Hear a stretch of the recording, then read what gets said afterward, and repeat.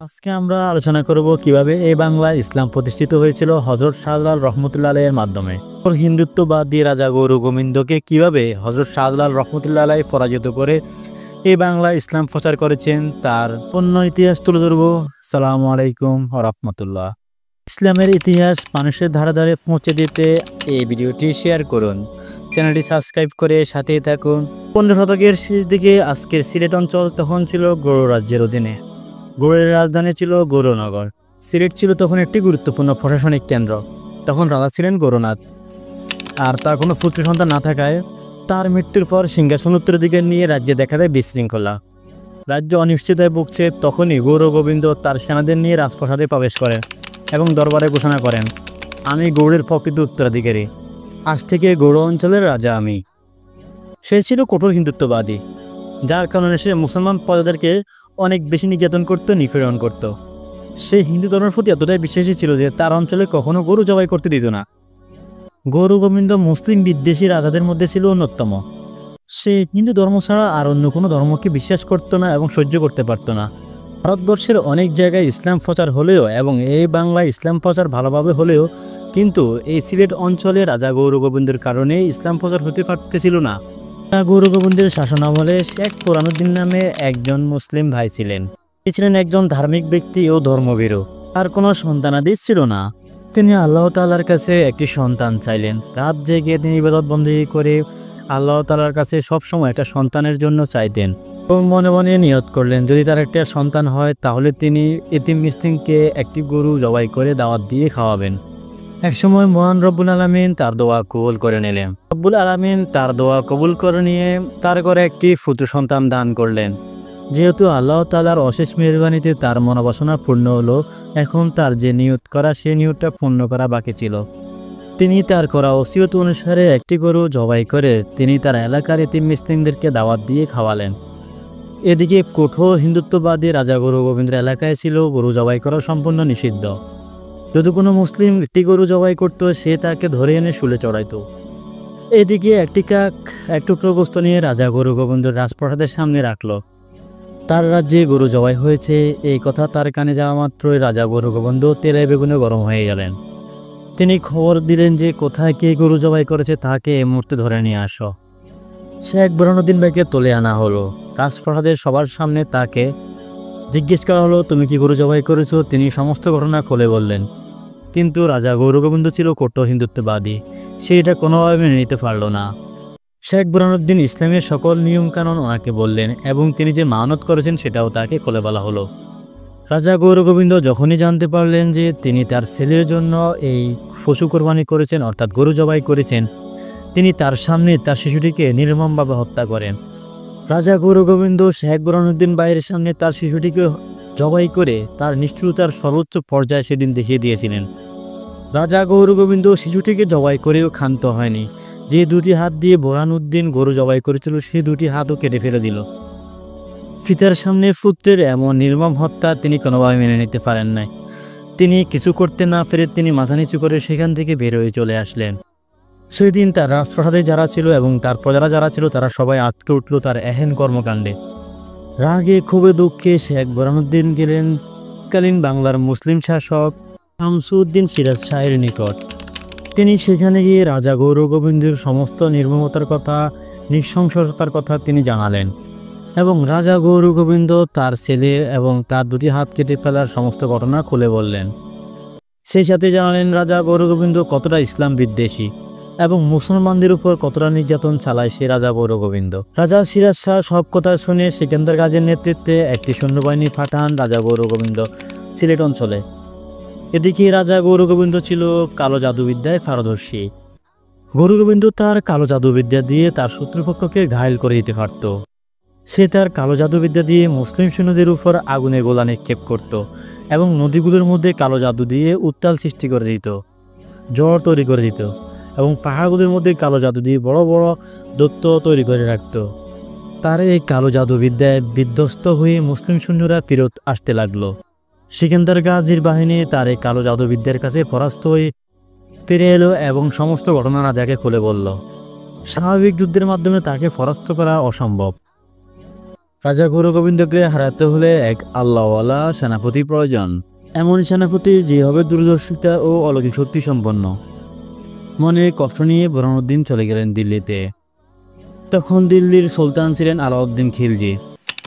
আলাউদ্দিন খিলজি বুরহানুদ্দিনের সকল কথা শুনে রাগে ক্ষোভে ফেটে পড়েন এবং সিকান্দার গাজী থেকেও 10 গুণ সৈন্যবাহিনী দিয়ে পাঠালেন রাজা গোবিন্দকে পরাজিত করার জন্য। সিলেটের চারপাশে নদী থাকায় তারা ভালোভাবে যুদ্ধ করতে পারতেছিল না এবং ভালো একটা সুবিধা করতে পারতেছিল না। এইদিকে রাজা গৌর গোবিন্দ ছিল কালো জাদুবিদ্যার পারদর্শী। সেই কালো জাদু দিয়ে এত বড় সৈন্যবাহিনীকে পরাস্ত করে দিল। 10 গুণ শক্তিশালী বাহিনী দিয়েও রাজা গৌর গোবিন্দের কোনো কিছু করতে পারল না। অবশেষে তারা ফেরত আসতে হলো। আলাউদ্দিন খিলজি যখন বুঝতে পারলেন যে এই বিশাল বড় সৈন্যবাহিনী দিয়ে কিছুই হবে না, মূলত অলৌকিক শক্তি সম্পন্ন একজন সৈনিক লাগবে যার মাধ্যমে এই রাজা বড় গোবিন্দর সকল অহংকারকে চূর্ণ বিচূর্ণ করে দেওয়া যাবে, যার থাকবে আধ্যাত্মিক শক্তি এবং অলৌকিক ক্ষমতার অধিকারী। এমন সেনাপতিকে কোথায় পাওয়া যাবে? কে আছে এমন সেনাপতি? তিনি চারদিকে খোঁজ লাগালেন। যার ইমানি শক্তি, ইসলামিক শক্তি সকল কালো জাদুকে পরাজিত করে দিবে, মাটির তলে মিশিয়ে দিবে রাজা গৌর গোবিন্দের সকল অত্যাচার। আলাউদ্দিন ভাবতে লাগলেন কোথায় পাওয়া যাবে, কোথায় পাওয়া যাবে এমন একজন সৈনিক। তার কিছুদিন পরে মহান রব্বুল আলামিনের নির্দেশে তিনি পেয়ে গেলেন এমন একজনকে, যার আধ্যাত্মিক জ্ঞান ছিল অত্যাধিক এবং তিনি ছিলেন অলৌকিক শক্তি সম্পন্ন। তার ঈমান ছিল এতটাই দৃঢ় যে যেটা আমরা কল্পনাও করতে পারি না।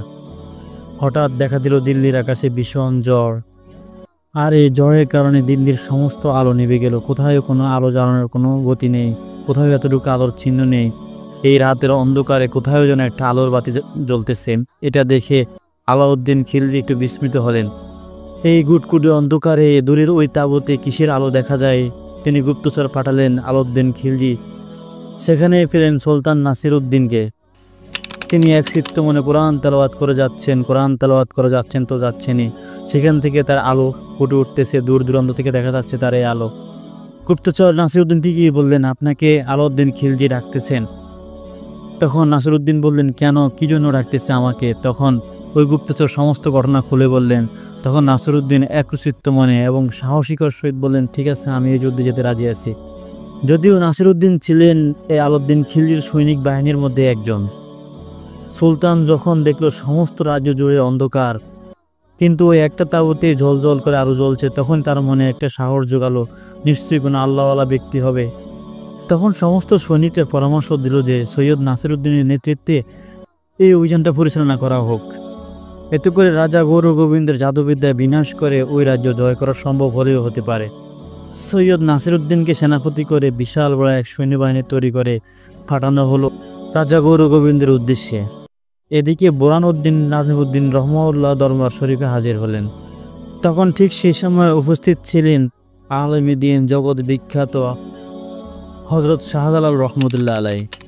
নিজামউদ্দিন রহমতুল্লাহ আলাইয়ের মাধ্যমে বুরহানুদ্দিনের সমস্ত ঘটনা হযরত শাহজালাল রহমতুল্লাহ আলাই শুনলেন এবং বুরহানুদ্দিন ও নিজামউদ্দিন রহমতুল্লাহ আলাইয়ের মাধ্যমে জানতে পারলেন হযরত শাহজালাল রহমতুল্লাহ আলাই কতটা শক্তি সম্পন্ন ও কতটা আধ্যাত্মিক জ্ঞান সম্পন্ন। অলৌকিক শক্তি সম্পন্ন হযরত শাহজালাল রহমতুল্লাহ আলাই তখন তাদের পাশেই ছিলেন। তখন বুরহানুদ্দিন নিজের সমস্ত ঘটনা, তার পুত্র হত্যার ঘটনা এবং তার 2টি হাত কাটার ঘটনা, রাজা গৌর গোবিন্দ মুসলিমদের উপর অত্যাচারের ঘটনা, সমস্ত ঘটনা যখন হযরত শাহজালাল রহমতুল্লাহ আলাইকে সামনে বসে বলতে শুরু করলেন, তখন তার চোখে মুখে ধাউ ধাউ করে জ্বলতে লাগলো প্রতিশোধের আগুন এবং তিনি প্রস্তুতি শুরু করলেন রাজা গৌর গোবিন্দকে শেষ করে দেওয়া। তিনি ছিলেন আল্লাহওয়ালা, তিনি মুসলমানদের উপর এতটা নির্যাতন হচ্ছে শুনে তিনি স্থির থাকতে পারলেন না। তখন শাহজালাল রহমতুল্লাহ আলাই সিলেটে আসার সিদ্ধান্ত নিলেন এবং রওনা দিয়ে দিলেন। নিজামউদ্দিন রহমতুল্লাহ আলাই আসার সময় হযরত শাহজালাল রহমতুল্লাহ আলাইকে এক জোড়া কবুতর উপহার দিলেন। আর যে কবুতরগুলো এখনও শাহজালাল রহমতুল্লাহ আলাইয়ের মাজারে দেখা যায়। যদিও জালালি কবুতর হিসেবে আমরা সবাই এদেরকে চিনি এবং প্রসিদ্ধ হয় এই নামে যে এই কবুতরগুলোকে জালালি কবুতর হিসেবে আমরা দেখতে পাই। এই কবুতরগুলো হযরত শাহজালাল রহমতুল্লাহ আলাইকে এতটাই ভালোবাসতো, তিনি যখনই ডাক দিতেন কবুতরগুলো তখনই চলে আসতো। তিনি এদেরকে ডাক দিলেতে এগুলো এসে হাতের মধ্যে বসতো, মাথার উপর দিয়ে উড়ে যেত, ঠান্ডা বাতাস দিত। অল্প দিনের মধ্যে এই কবুতরগুলোর সংখ্যায় অনেক বেশি বেড়ে যায়। হযরত শাহজালাল রহমতুল্লাহ আলাই মাত্র 12 জন সঙ্গী নিয়ে ইয়েমেন থেকে দিল্লিতে এসেছিলেন, আর তিনি ইয়েমেন থেকে ইসলাম প্রচারের উদ্দেশ্যে বের হয়েছিলেন। এই লম্বা সফরে তার আধ্যাত্মিকতা এবং ধর্মভীরতায় মুগ্ধ হয়ে অনেকেই তার হাতে ইসলাম গ্রহণ করে এবং তার দল ভারী হতে থাকে। ইয়েমেন থেকে তিনি মাত্র 12 জন সঙ্গী সাথী নিয়ে বের হয়েছিলেন, কিন্তু দিল্লিতে এসে যখন পৌঁছান তখন তার সঙ্গী সাথী হয়েছিল 240 জন। মাত্র 240 জন সঙ্গী সাথী নিয়ে তিনি রাজা গুরু গোবিন্দকে পরাজিত করার এক দুঃসাহসিক সিদ্ধান্ত নেন। এদিকে ফতে দেখা হলো আলাউদ্দিন খিলজির সেনাপতি সৈয়দ নাসিরউদ্দিনের সাথে। তখন হযরত শাহজালাল রহমতুল্লাহ আলাইহির সম্পর্কে জেনে এবং তার সাথে থেকে তিনি তার আধ্যাত্মিকতা দেখে সৈয়দ নাসিরউদ্দিন হযরত শাহজালাল রহমতুল্লাহ আলাইহির হাতে বায়াত গ্রহণ করেন। ততক্ষণে সৈয়দ নাসিরউদ্দিনের 3000 সৈন্যবাহিনীও বুঝতে পারল যে হযরত শাহজালাল রহমতুল্লাহ আলাইহি সৈয়দ নাসিরউদ্দিনের থেকেও অনেক বড় মাপের একজন আলেম, অলৌকিক শক্তি সম্পন্ন একজন ব্যক্তি। তখন তারা সৈয়দ নাসিরউদ্দিনের সাথে সাথে তারাও হযরত শাহজালাল রহমতুল্লাহ আলাইহির হাতে বায়াত গ্রহণ করেন। অতঃপর শাহজালাল রহমতুল্লাহ আলাইহি বিশাল সৈন্যবাহিনী নিয়ে সোনারগাঁয়ের উদ্দেশ্যে রওনা হলেন। সোনারগাঁয়ে এসে সিকান্দার গাজীর সাথে সাক্ষাৎকার করলেন এবং সমস্ত ঘটনা খুলে বললেন, যদিও তারা আগে থেকে এইসব বিষয় জানত। রাজা গৌর গোবিন্দ কতটা নিষ্ঠুর ছিল মুসলমানদের প্রতি। সিকান্দার গাজী এটাও বললেন যে কিভাবে রাজা গৌর গোবিন্দ তার কালো জাদু দিয়ে সমস্ত প্রজাদেরকে সে বশ করে রেখেছিল এবং সমস্ত সিলেট অঞ্চলটাকে সে ঘেরাও করে রেখেছিল কালো জাদু দিয়ে। শাহজালাল রহমতুল্লাহ আলাইহি তখন সিকান্দার গাজীকেও বললেন, আপনি আমাদের সাথে চলুন। তখন সিকান্দার গাজীও হযরত শাহজালাল রহমতুল্লাহ আলাইহির সাথে একসাথ হলেন। এভাবেই সৈন্যবাহিনী বিশাল আকার ধারণ করলো। রাজা গৌর গোবিন্দ তার গুপ্তচর দিয়ে যখন জানতে পারল যে মুসলমানরা বিশাল সৈন্যবাহিনী নিয়ে তার রাজ্যের দিকে অগ্রসর হচ্ছে, তখন সে সিলেট রাজ্যের আশেপাশে যত নদী ছিল সমস্ত নদী থেকে সে নৌকাগুলো উঠিয়ে নিল এবং আশেপাশে যত খাদ্যের গুদাম ছিল বা খাদ্য উৎপাদনের গুদাম ছিল সবগুলা খাদ্য সে নষ্ট করে দিল এবং নদীগুলোতে তার কালো জাদু দিয়ে ভরপুর করে রাখলো। নদীর পাড়ে যত গাছ ছিল সমস্ত গাছ কেটে ফেলা হলো, যাতে কোনো গাছ দিয়ে নৌকা বানিয়ে তারা নদী পার হতে না পারে। অতঃপর সে তার সমস্ত সেনাবাহিনী নিয়ে নদীর পাড়ে অপেক্ষা করতে লাগলো কখন শাহজালাল রহমতুল্লাহ আলাইহি আসবে এবং তাকে তীর দ্বারা ঘায়েল করবে, ছিন্ন বিচ্ছিন্ন করে দিবে মুসলিম বাহিনীকে এবং সম্পূর্ণ বাংলা সে দখল করে নেবে। হযরত শাহজালাল রহমতুল্লাহ আলাইহি তার সমস্ত অনুসারী ও সৈন্যবাহিনী নিয়ে যখন নদীর পাড়ে আসলেন, তখন দেখলেন রাজা গৌর গোবিন্দের কালো জাদুর মাধ্যমে নদীগুলো থেকে ধোঁয়া উঠতেছিল এবং নদীতে কোথাও কোনো নৌকা নেই। আর তখন তিনি আল্লাহর অশেষ রহমতে যখন হাত বুলিয়ে দিলেন, সমস্ত কালো জাদু বিলুপ্ত হয়ে গেল। কথিত আছে যে তিনি যখন তার নামাজের বিছানা নদীর উপরে রেখে দিলেন, তখন আল্লাহর রহমতে বাঁচতে বাঁচতে সেটা ওই পারে চলে গেল। এই অবস্থা দেখে রাজা গৌর গোবিন্দ ভয় পেয়ে গেলেন এবং সে তার সেনাবাহিনীদেরকে রেখে সে দৌড়ে পালাতে লাগলো। রাজা গৌর গোবিন্দের এমন পরিস্থিতি দেখে তার সেনাবাহিনীরাও পালায়ন করতে লাগলো। নির্মম অত্যাচারী রাজা গৌর গোবিন্দকে হযরত শাহজালাল রহমতুল্লাহ আলাইহি বিনা রক্তপাতে সেদিন সিলেট অঞ্চল জয় করেছিলেন এবং রাজা গৌর গোবিন্দকে পরাজিত করেছিলেন। এখানে একটা উল্লেখিত বিষয় হলো যে ঐতিহাসিকবিদদের মতে হযরত শাহজালাল রহমতুল্লাহ আলাইহি নৌকা বানিয়ে সেই নৌকা দিয়ে নদী পার হয়েছিলেন, কিন্তু হযরত শাহজালাল রহমতুল্লাহ আলাইহির হাতে যারা বায়াত গ্রহণ করেছিলেন তাদের মতে যে হযরত শাহজালাল রহমতুল্লাহ আলাইহি নামাজে জায়নামাজে করেই নদী পার হয়েছিলেন। আল্লাহু আকবার, আল্লাহু আকবার। আল্লাহই ভালো জানে, আল্লাহই সর্বশ্রেষ্ঠ। আল্লাহর পরিকল্পনা কতই না সুন্দর। যেহেতু রাজা গৌর গোবিন্দ ছিল শয়তানের অনুসারী, পলায়নরত রাজা গৌর গোবিন্দকে নানাভাবে প্ররোচনা দিতে লাগলো। শয়তান রাজা গৌর গোবিন্দকে বলল, তুমি তোমার কালো জাদু ব্যবহার করো এবং হযরত শাহজালাল রহমতুল্লাহ আলাইহিকে প্রতিহত করো। অতঃপর পলায়নরত রাজা গৌর গোবিন্দ এক বিশাল লৌহ ধনুক তৈরি করলো, সেটার মধ্যে কালো জাদু ব্যবহার করলো এবং সেটা হযরত শাহজালাল রহমতুল্লাহ আলাইহির কাছে পাঠায়। অতঃপর শর্ত ফাটায়, যদি কেউ এ লৌহ ধনুকের মাধ্যমে তীর নিক্ষেপ করতে পারে তবে রাজা গৌর গোবিন্দ এ রাজ্য ছেড়ে চলে যাবে।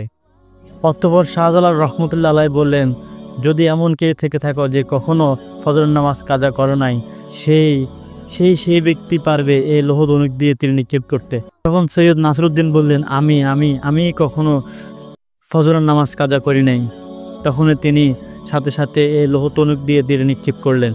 যখনই সৈয়দ নাসিরউদ্দিন এই বিশাল বল্লম দ্বারা আকাশের দিকে তীরে নিক্ষেপ করলো, সাথে সাথে সকল কালো জাদু ধ্বংস হয়ে গেল। প্রায় বিনা যুদ্ধে সিলেট রাজ্যে হযরত শাহজালাল রহমতুল্লাহ আলাইহির নেতৃত্বে লা ইলাহা ইল্লাল্লাহু মুহাম্মাদুর রাসূলুল্লাহ সাল্লাল্লাহু আলাইহি সাল্লাম এই ধ্বনি উচ্চারিত হতে লাগলো এবং তারই কিছুক্ষণ পরে সিলেটের জমিনে সর্বপ্রথম আজানের ধ্বনি উচ্চারিত হতে লাগলো, আল্লাহু আকবার, আল্লাহু আকবার। হযরত শাহজালাল রহমতুল্লাহ আলাইহি তার শিষ্য সিকান্দারকে রাজ্যের প্রধান গভর্নর হিসেবে নিযুক্ত করলেন। হযরত শাহজালাল রহমতুল্লাহ আলাইহি আরেকটি নিদর্শন দেখালেন এখানে। তিনি রাজ্যের সমস্ত কাজ থেকে, সমস্ত দায়িত্ব থেকে নিজেকে সরিয়ে নিলেন এবং নিজেকে দুনিয়াবী সকল কাজ থেকে দূরে সরিয়ে রাখলেন একমাত্র আল্লাহর ইবাদত করার জন্য। বর্তমান যুগে এমন আউলিয়া উলিয়া ফা আসলে ভাগ্যের ব্যাপার। সিকান্দার শাহ এই জায়গার নাম শিহরত তৌহিদ জালালাবাদ নতুন করে নামকরণ করলেন। সেই থেকে এটার নামকরণ করা হলো জালালাবাদ, অর্থাৎ শাহজালাল রহমতুল্লাহ মাদার শরীফের যে জায়গাটি এখন বর্তমানে আছে। জালালাবাদে মাদ্রাসা, মক্তব এবং প্রজাদের যাতায়াতের জন্য রাস্তা নির্মাণ করা হলো এবং বিশুদ্ধ পানির জন্য নলকূপ স্থাপন করা হলো। হযরত শাহজালাল রহমতুল্লাহ আলাইহি যখন ইয়েমেন থেকে রওনা দিলেন তখন তার সহচর ছিল মাত্র 12 জন, আর যখন তিনি সিলেটে প্রবেশ করেন তখন তার সহচর ছিল 360 জন, সাথে ছিল আরও 3000 সৈন্য। এই জন্য সিলেটকে বলা হয় 360 আউলিয়ার দেশ। আর এই বাংলায় তথাপি সিলেটে ইসলাম প্রচারের প্রথম মাধ্যমটাই হলো হযরত শাহজালাল রহমতুল্লাহ আলাইহি, যিনি রাজা গৌর গোবিন্দকে পরাজিত করে সেখানে ইসলামের জয় জয়কার ধ্বনি তুলেছেন। শাহজালাল রহমতুল্লাহ আলাইহি আধ্যাত্মিকতা এবং তার ধর্মভীরতা এবং মানুষের প্রতি ন্যায়বোধ দেখে সিলেটের মানুষ দলে দলে ইসলাম গ্রহণ শুরু করলেন। হযরত শাহজালাল রহমতুল্লাহ আলাইহি বিশেষত্ব ছিল তিনি সারা বছর রোজা রাখতেন, খুব কমই তিনি আহার করতেন। সর্বশেষ তিনি ধর্মপ্রচারের জন্য নিজেকে নিয়োজিত করেন এবং মাঝে মাঝে তিনি সফর করতেন ইসলামকে প্রচার এবং প্রসারের জন্য। এত পরিশ্রম করার কারণে তিনি হঠাৎ অসুস্থ হয়ে পড়লেন এবং তিনি বুঝতে পারলেন তার উপর দায়িত্ব খুব শীঘ্রই ফুরিয়ে আসতেছে। তিনি বুঝতে পারলেন তার মৃত্যু খুবই সন্নিকটে। তিনি তার জীবনের ক্লান্তি লগ্নে তার সকল শিষ্যকে ডাকলেন এবং সবাইকে বললেন ইসলামকে আঁকড়ে ধরার জন্য এবং ইসলাম যেভাবে বলছে সেভাবে জীবনযাপন করার জন্য। সর্বশেষ বললেন ন্যায় বিচার প্রতিষ্ঠা করার জন্য এবং ইসলামের প্রচার যাতে কোনোভাবে বন্ধ না হয় সেদিকে খেয়াল রাখতে। দাওয়াতি কাজকে বংশ পরম্পরায় চালিয়ে যেতে বললেন। 740 হিজরি সনের 1346 খ্রিস্টাব্দে জিরোজ মাসের 22 তারিখে রোজ শুক্রবার, তার আগের দিন বৃহস্পতিবার রাত যখন ঘনিয়ে আসলো তখন তিনি তার সমস্ত মুরিদদেরকে ডাকলেন এবং সবার সাথে পরামর্শ করে তিনি সবাইকে বললেন তার রুম থেকে বেরিয়ে যাওয়ার জন্য এবং তিনি জিকির করতে করতে রাত পার হতে লাগলো। যখন ফজরের আজান দিল, মসজিদের মিনারে আজানের শব্দ শোনা যাচ্ছিল, তখন তার কণ্ঠস্বর না শোনা যাওয়ায় সবাই তাকে যখন ডাকতে গেলেন তখন দেখলেন তিনি পরলোক গমন করলেন। যখন তার খাদেমরা দেখলেন তিনি শায়িত অবস্থায় আছেন তখন তারা বুঝতে বাকি রইল না যে তিনি পরলোক গমন করেন। ইন্না লিল্লাহি ওয়া ইন্না ইলাইহি রাজিউন। কথিত আছে যে হযরত শাহজালাল রহমতুল্লাহ আলাইহি যখন সিলেটের প্রথম আজানের ধ্বনি উচ্চারিত করেছিলেন সেদিন রাজা গৌর গোবিন্দের যে রাজপ্রাসাদ ছিল সেটি ভেঙে পড়েছিল। আল্লাহু আকবার, আল্লাহু আকবার। হযরত শাহজালাল রহমতুল্লাহ আলাইহি যেভাবে ইসলামের জন্য ত্যাগ দীক্ষা স্বীকার করেছেন এবং ধর্মপ্রাণ হয়েছেন, আল্লাহ যেন আমাদেরকে সেভাবে কবুল করে না ইসলামের জন্য, ইসলামিক খাদেম হওয়ার জন্য। আমিন।